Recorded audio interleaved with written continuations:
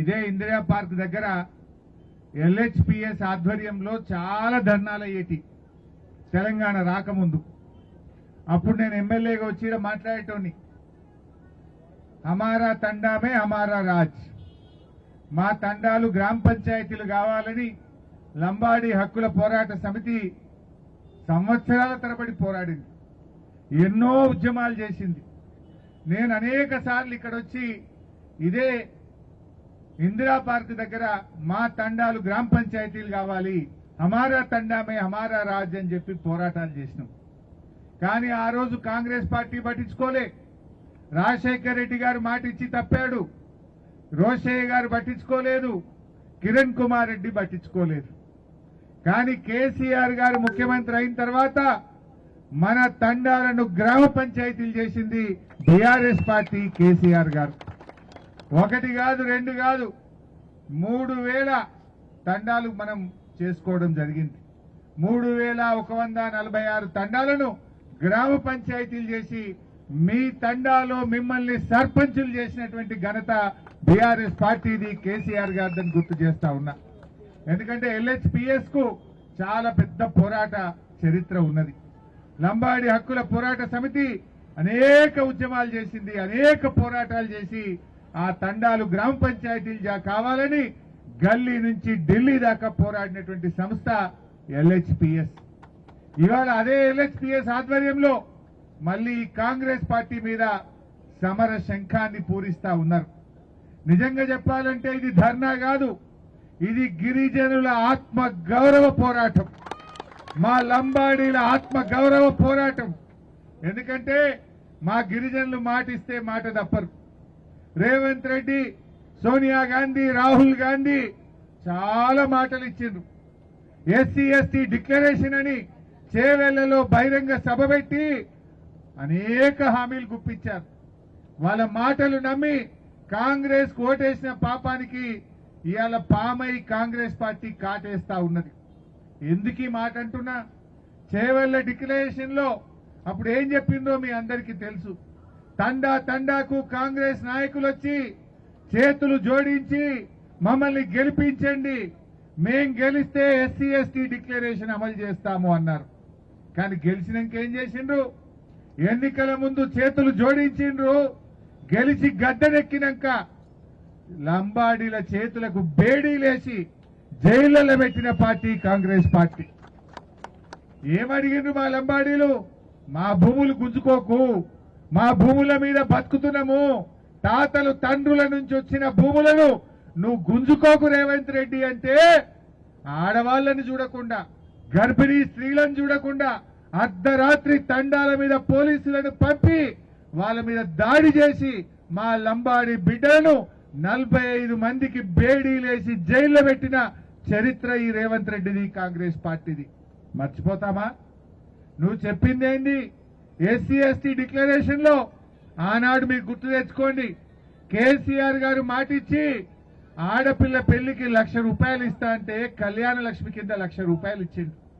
ముందు ఆ పథకం ప్రారంభమైందే మా ఎస్టీల కోసం, మా గిరిజనుల కోసమే కేసీఆర్ కళ్యాణ లక్ష్మి పెట్టిండు. తర్వాత మెల్లమెల్లగా అందరికి ఇచ్చిండు. మొదలు ఎవరికి ఇచ్చిండు? ఎస్టీలకు. మా మాజీ మంత్రి గారు సత్యవతి రాథోడక్క గారు వచ్చారు, దయచేసి వేదికపైకి రావాల్సిందిగా కోరుతా ఉన్నాం. ఆనాడు కేసీఆర్ గారు మా లంబాడీలు ఆడపిల్లల్ని నమ్ముకుంటున్నారు, మా లంబాడీలకు అండగా ఉండాలని కళ్యాణ లక్ష్మి పథకాన్ని కేసీఆర్ గారు తెచ్చారు. SC/STలకే ముందు కళ్యాణ లక్ష్మి ఇచ్చారు, తర్వాత మెల్లమెల్లగా అందరికి ఇచ్చిండు. ఆ పథకం ప్రారంభమైందే మన కోసం. ఏం చెప్పింది కాంగ్రెస్?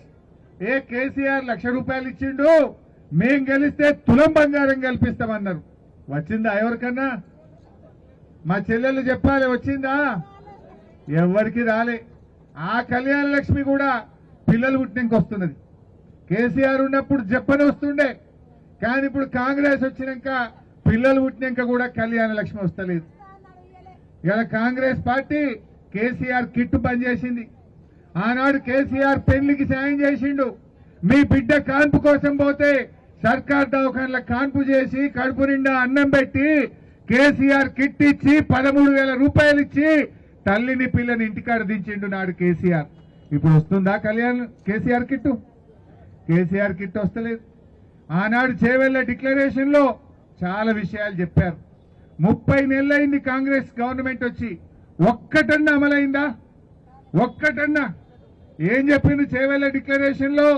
మన పోడు భూములకు, మన ప్రభుత్వ భూములకు, అసైన్డ్ భూములకు పట్టాలు ఇస్తామన్నది కాంగ్రెస్ పార్టీ.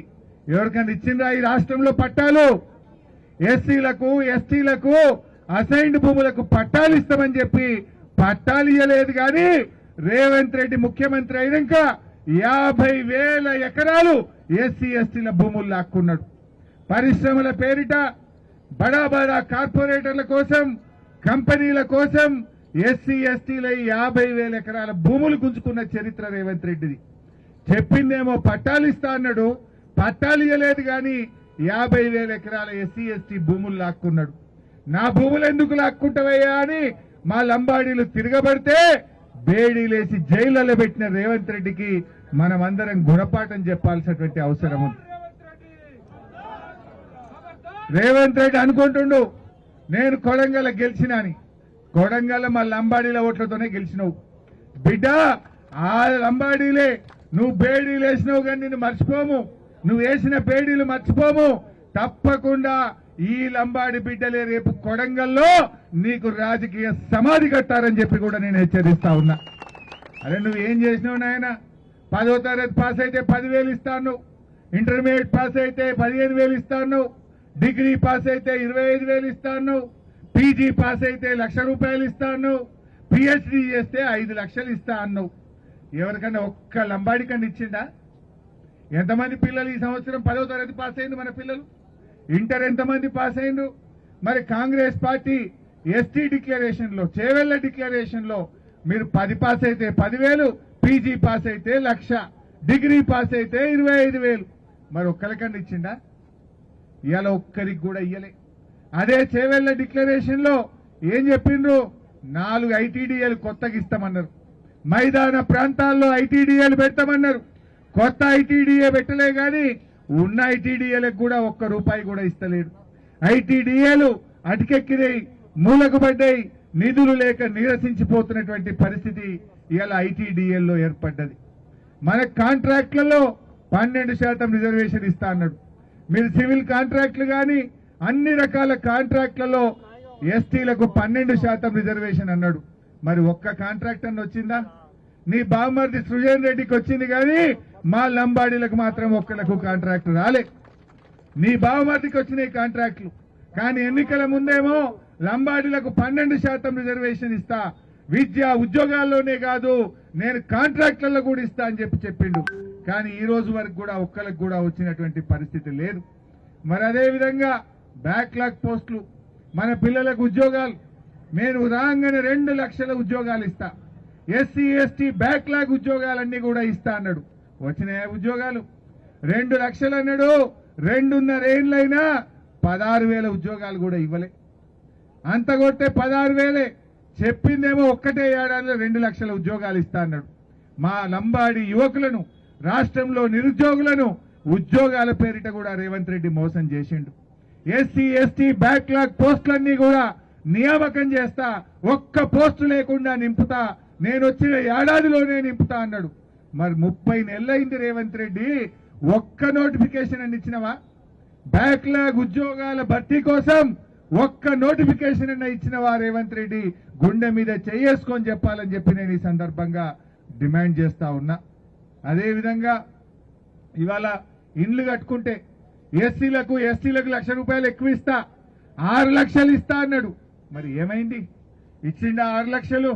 ₹1,00,000 మన లంబాడీలకు ఎక్కువ ఇచ్చిండా, ఎస్సీలకు ఇచ్చిండా అంటే అది కూడా మోసం చేసిండు.